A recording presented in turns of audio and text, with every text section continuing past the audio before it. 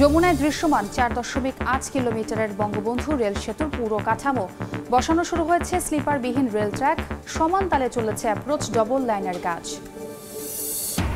সপ্তাহ দুয়েক পর বাজারে উঠবে নানা জাতের সুস্বাদু আম। রাজশাহীর বানেশ্বরে এখনও জমিনি বেচাকেনা, পাবনায় লিচুর বাজারজাত শুরু, ভালো দামে খুশি বাগানীরা। এবং ঢাকার বাইরে জমে উঠতে শুরু করেছে কোরবানির পশুর হাট।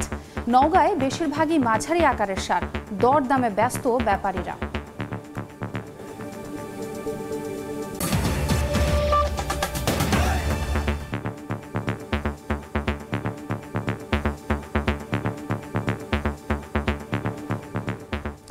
আমন্ত্রণ সময় সংবাদের নিয়মিত আয়োজন বিভাগীয় সময় থাকছে সপ্তাহে 7 দিন ভিন্ন ভিন্ন বিভাগের সংবাদ নিয়ে। আজ থাকছে রাজশাহী বিভাগ, সঙ্গে আছে আমি ছোঁয়া খন্দকার। যমুনার বুকে এখন দৃশ্যমান 4.8 কিলোমিটার বঙ্গবন্ধু শেখ মুজিব রেল সেতুর পুরো কাঠামো। মোট 50টি পিলারের ওপর বসানো হয়েছে 49টি স্প্যান। ইতোমধ্যে সেতুর ওপর বসানো শুরু হয়েছে স্লিপারবিহীন রেল ট্র্যাক। পাশাপাশি সমান তালে এগিয়ে চলেছে অ্যাপ্রোচ ডবল লাইনের রেলপথ বসানোর কাজও। রিঙ্কু গুঞ্জুর রিপোর্ট, ছবি তুলেছে অমৃত সেন।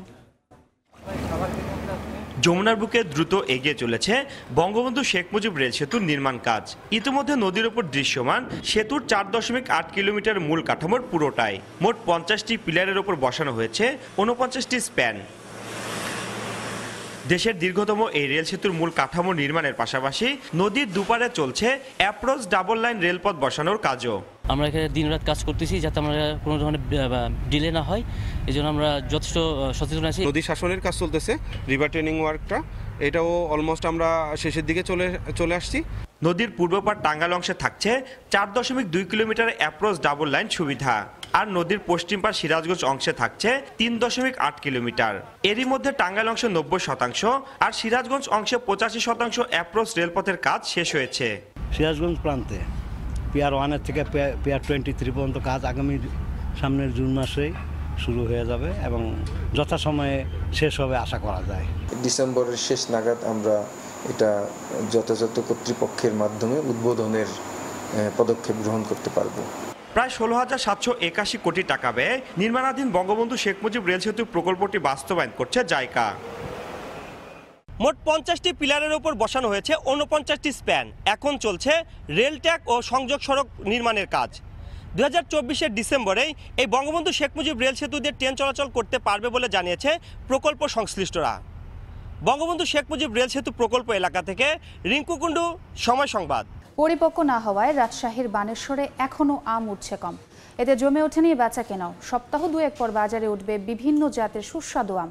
তবে আমের উৎপাদন কম হওয়ায় দাম বেশ চড়া বলে জানান বাগান মালিক ও ব্যবসায়ীরা। আম উৎপাদনের দিক থেকে রাজশাহী জেলার অবস্থান তৃতীয়। গত বছর এই সময় রাজশাহীর বানেশ্বরে প্রচুর আম হাটে উঠলেও এবার চিত্র ভিন্ন। সারাদিনে 50 মণ আমও হাটে উঠছে না। প্রতিমন গুটি আম 2200 ও আগাম জাতের গোপালভোগ আম বিক্রি হচ্ছে 2800 টাকায়। ব্যবসায়ীরা জানান, এখনও পরিপক্ক না হওয়ায় সুস্বাদু জাতের আম বাজারে উঠতে সময় লাগবে আরও 2 সপ্তাহ। যে সময়ে আম সরকার ডেট দিয়েছে, এখন আম উপযুক্ত হয়নি। আবহাওয়া যে এত খারাপ গেছে, এবারে আমগুলা যথেষ্ট আসে না, এখনো ম্যাচুরিটি আসে না। উৎপাদনও কম এবং পাকেনি খুব বৃষ্টির কারণে আমরা কিছু ভাইদের গুটি ওই একটা ওই গুটিটাই, তাছাড়া ভালো মানের মাল এখন ওঠেনি মার্কেটে। আম বাগান মালিকরা জানান, জেলায় এবার মুকুল কম আসায় আমের উৎপাদন তুলনামূলক অনেক কম, তাই শুরু থেকে বাজারে আমের দাম চড়া। এখন সিজন আম কিছু কিছু উঠছে, কিন্তু আমের দাম বেশি, আমদানি খুবই কম। মানে আমরা গৃহস্থের কাছ থেকে কিনছি, মানে অতিরিক্ত বাড়তি রেটে। গুটি আম চাচ্ছি 2200 টাকা মন, আর খেসাপাত যেটা বয়স্ক গাছের আম, এটা দাম চাচ্ছি আপনার 2800 টাকা মন। ফল গবেষক বলছেন, বড় ধরনের কোনো প্রাকৃতিক দুর্যোগ না হলে যে আম বাগানগুলোতে আছে তা সঠিকভাবে বাজারজাত করলে লাভবান হবেন বাগান মালিকরা। কৃষকরা যদি বাকি সময়টা পরিচর্যা ঠিকমতো করে, নিয়মিত ওষুধ ঠিকমতো দেয় এবং হারভেস্ট করার পরে আশা করি ভালো ফলন পাবে এবং ভালো দাম পাবে। জেলায় 19,602 হেক্টর জমির বাগানে 2,60,165 মেট্রিক টন আম উৎপাদনের লক্ষ্যমাত্রা নির্ধারণ করেছে কৃষি বিভাগ। সাইফুর রহমান রকি, সময় সংবাদ, রাজশাহী। এদিকে নওগাঁর বরেন্দ্র এলাকায় শুরু হয়েছে আম নামানো।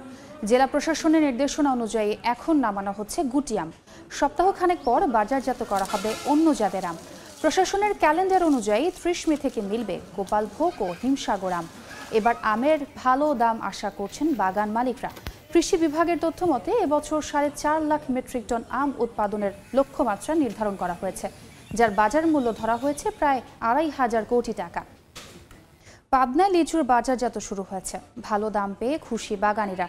বৈরী আবহাওয়ার শঙ্কা থাকলেও কৃষি বিভাগ বলছে লিচু উৎপাদনে এবছর জেলায় বিগত 20 বছরের রেকর্ড ভেঙেছে। আসিফ মাহমুদের ছবিতে সবুজ মোল্লার রিপোর্ট। গাছে থোকায় থোকায় রসালো লিচু, বাগানে কর্মব্যস্ততা, ফল সংগ্রহ করে তা বাজারজাত করছেন শ্রমিকরা। পাবনা সদর, ঈশ্বরদী ও আটঘরিয়া উপজেলার বাগান থেকে এরই মধ্যে লিচু বাজারজাত শুরু হয়েছে। বর্তমানে ভাঙা হচ্ছে দেশি জাতের লিচু। এক সপ্তাহ পর বাজারজাত শুরু হবে বোম্বাই, চায়না সহ সব বিদেশি জাত। তবে বাগান মালিকরা জানান, চলতি গ্রীষ্ম মৌসুমের খরতাপে গাছের ফুল ঝরে যাওয়ায় উৎপাদন কমে গেছে। মুকুল আসছিল যে হারে, সেভাবে তো মুকুলে ফলন হয় নাই। বৃষ্টি নাই, রোদ্দুরের কারণে আসলে লিচুটা যা আশা করছিলাম আমরা সেই মোতাবেক লিচুটা পাই নাই। চলমান বাজারে প্রতি হাজার লিচু বিক্রি হচ্ছে 2600 থেকে 2800 টাকা দরে। ব্যবসায়ীরা জানান, বর্তমান বাজার দর অব্যাহত থাকলে লাভবান হবেন সংশ্লিষ্টরা। ব্যবসা মোটামুটি ভালো, কিন্তু লিচুর দাম বেশি, গাড়ি ভাড়া বেশি। তবে কৃষি বিভাগ বলছে লিচু উৎপাদনে এবছর জেলার বিগত 20 বছরের রেকর্ড ভেঙেছে। ফল সংগ্রহ করার পর থেকে আমরা তাদেরকে যাবতীয় পরিচর্যা দিব, যাতে করে আগামী বছর তারা এইরকম উন্নত মানের লিচু উৎপাদন করতে পারে। কৃষি বিভাগের তথ্য মতে পাবনায় 4721 হেক্টর জমিতে লিচুর বাগান রয়েছে। সবুজ মোল্লা, সময় সংবাদ, পাবনা। নওগাঁয় জমি উঠতে শুরু করেছে কোরবানির পশুর হাট। হাটে বেশি মাঝারি আকারের সার। ব্যাপারীরা এসব গরু আগে ভাগে কিনে লালন পালন করে বিক্রি করবেন ঈদের সময়।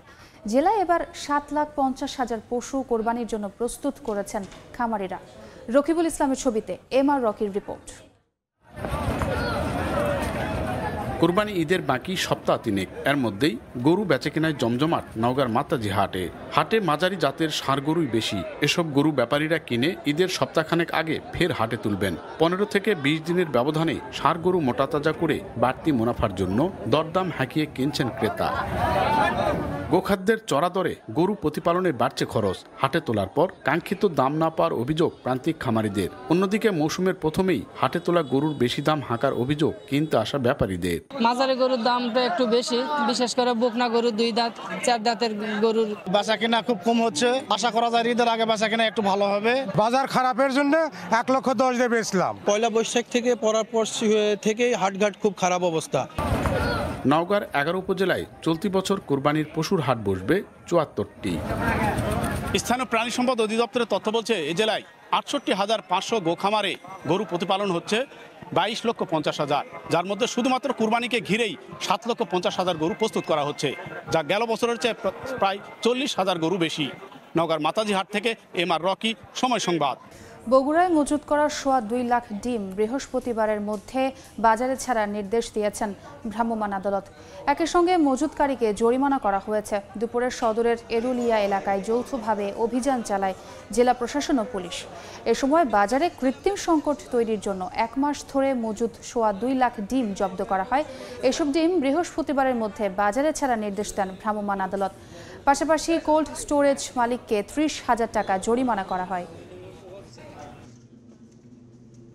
তাপদাহের পর বগুড়ায় স্বস্তি বৃষ্টি হয়েছে। তবে 2 ঘন্টা টানা বৃষ্টিতে ডুবে গেছে শহরের প্রাণকেন্দ্র সাতমাথা সহ বেশিরভাগ সড়ক। এতে শহরবাসীর সাময়িক ভোগান্তি হলেও প্রাণ প্রকৃতিতে নেমে আসে স্বস্তি। ঝুম বৃষ্টিতে ভিজল শহর, মুহূর্তেই যেন প্রাণ ফিরে এলো প্রকৃতিতে। বগুড়ায় গত কয়েকদিন ধরে চলছিল ভ্যাপসা গরম। তবে বুধবার ভোরে গুমোট মেঘে ঢেকে যায় আকাশ। কিছুক্ষণ পরে মেঘের গর্জনের সঙ্গে আকাশ ভেঙে নামে বৃষ্টি। গরমের ঠেলাত গাওটাও তো এমনি ভিজে গেছে, এখন এই বৃষ্টি হওয়াতে ভালোই লাগতেছে। 2 ঘন্টার বৃষ্টিতে শহরের সাতমাথা, বাদুরতলা, চকসুত্রাপুর, মফিজ পাগলার মোড় ও পার্ক রোড সহ অধিকাংশ সড়ক ও ফুটপাত বৃষ্টির পানিতে তলিয়ে যায়। চলতি মৌসুমের সর্বোচ্চ 75 মিলিমিটার বৃষ্টিপাত রেকর্ড করা হয়। সাতমাথা প্রায় তলে গেছে, খুব ভোগান্তির মধ্যে আছি আমরা। সময় মতন জায়গায় যাইতে পারতেছি না। গাড়ি চালাতে গাড়ি ডুবে যাচ্ছে, ইঞ্জিন চলান যাচ্ছে না, রাস্তাঘাট সব ডুবে গেছে, সব একবারে পানিতে একবারে লড়হড় হয়ে গেছে। এই জেলায় মাসখানেক ধরে চলছিল তাপপ্রবাহ, তবে বৃষ্টিতে প্রকৃতিতে নেমে আসে স্বস্তি। ওমর ফারুক, সময় সংবাদ। পানি শূন্য চলন বিলের নাটোর অংশ। বর্ষা মৌসুমের কয়েক মাসের মধ্যেই শুকিয়ে যায় নদী ও খালসহ বিলের বেশিরভাগ। এ কারণে অস্তিত্ব সংকটে পড়েছে মাছসহ অন্য জলজ প্রাণী। জীববৈচিত্র্য রক্ষায় সরকারকে দীর্ঘমেয়াদী পরিকল্পনা গ্রহণের দাবি পরিবেশবাদীদের। চলন বিলের ২৬ বর্গ কিলোমিটার অংশ নাটোরের সিংড়া উপজেলা অবস্থিত। বিলের জীববৈচিত্র্য হারিয়ে যাওয়ার জন্য অপরিকল্পিত পুকুর খনন ও সড়ক নির্মাণকে দায়ী করেন পরিবেশবাদীরা। বিভাগীয় সময়ের শীর্ষ সংবাদগুলো জানিয়ে দিচ্ছি আরেকবার। যমুনায় দৃশ্যমান ৪.৮ কিলোমিটারের বঙ্গবন্ধু রেল সেতুর পুরো কাঠামো বসানো শুরু হয়েছে। স্লিপারবিহীন রেল ট্র্যাক, সমান তালে চলেছে অ্যাপ্রোচ ডবল লাইনের কাজ। এবং সপ্তাহ দুয়েক পর বাজারে উঠবে নানা জাতের সুস্বাদু আম। রাজশাহীর বানেশ্বরে এখনও জমিনি বেচা কেনা। পাবনায় লিচুর বাজারজাত শুরু, ভালো দামে খুশি বাগানীরা।